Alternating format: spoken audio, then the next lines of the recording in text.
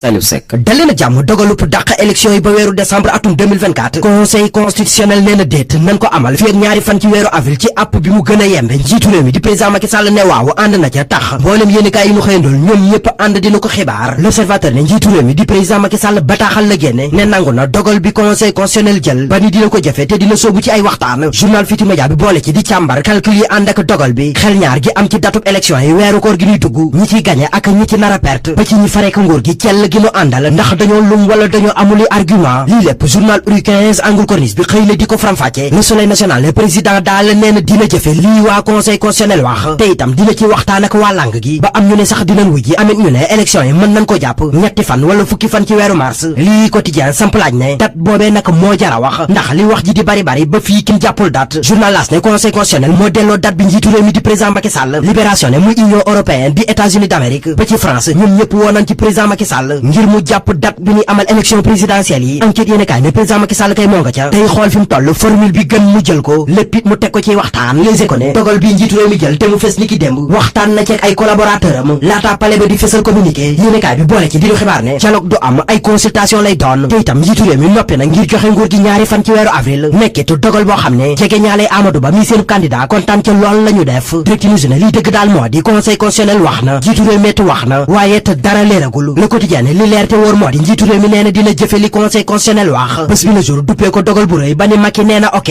tiwi ne li ñu xaar ci moom moo di naka la nar a doxale ndax ba tey date bi leeragul Grand Place ne Macky Sall day capituler Vox Populi ne dialogue di waxtaan mënta ñàkk Khalifa Babacar Sall ne ànd na ci dialogue bi su ko defee ñu jàpp datub élection yi ci ni mu gënee gaaw Moustapha Sarré bu ex-Pastef ne ñoom farandooy Ousmane Sonko itam ànd nañ ci dialogue ci kaw mbooleem ko nu jàpp ndax politique tax ñu bàyyi la nga ñibbi sa kër ba ci Ousmane Sonko ak Bassirou Diomaye Faye bés bi le jour duppee ñoom ñaar ay détenus VIP very important prisoners journal bi ne waaye te ex-Pastef mbir am na ca ndax bu lii jàllee Bassirou Diomaye Faye mooy nekk seen candidat waaye buñ ko dàqee waxtaan dina am Ousmane Sonko moo nar a del si nekk seen candidat Khalifa Babacar Sall ne liy dëgg daal moo di waxtaan woowee ñuy ruumandaat ci suuf moom lu am la ndax moom dafa dund kaso ndax politique xamit la cay am te ku gis ni muy bàyyee détenu politique yi xam ni du ci neen Walf Quotidien ne Khalifa Babacar Sall jël na revanche am ci kaw Ousmane Sonko ndax dialogue bu njëkk ba ci Khalifa Babacar Sall demee farandoy Ousmane Sonko dañ ko doon xaxar ak di ko xaas di léegi ko Khalifa Babacar Sall ne xam na bu baax li muy wax ni leen mbooloo ni mu xëyee di leen génne ci kaso bi kuy xalaat xam ne am na lu xew enquête yéene kaay ne détenu politique yooyee daal bari na ci ñoo xam ne li ñu nettali ni moom la ñu dund rafetul dara ci réew mi Serigne Abdoul Ahad Mbacké Mboulo ci source aané li muy ñaax président Macky Sall moo di ne gannaaw def na ñaari mandat def itam ay réalisation yu ñëpp teg seen bët na organiser élection yu leer te jaar yoon te dem ndax fi mu toll loolee la réew mi soxla professeur Babacar Gueye ak ñu fari ci société civile bi ci Sud Quotidien ñoom jàpp nañ date nee nañu ñetti fan wala fukki fan ci weeru mars baax na journal L'Info ne ñoom ñu fari ci aar suñuy élection yamuñu foofu ndax nee nañu dañuy maintenir pression bi wéyal seeni ñaxtu lépp it ñu ne ci ak dal lañ koy amalee bi ñuy amal ni ki tey am nañ ci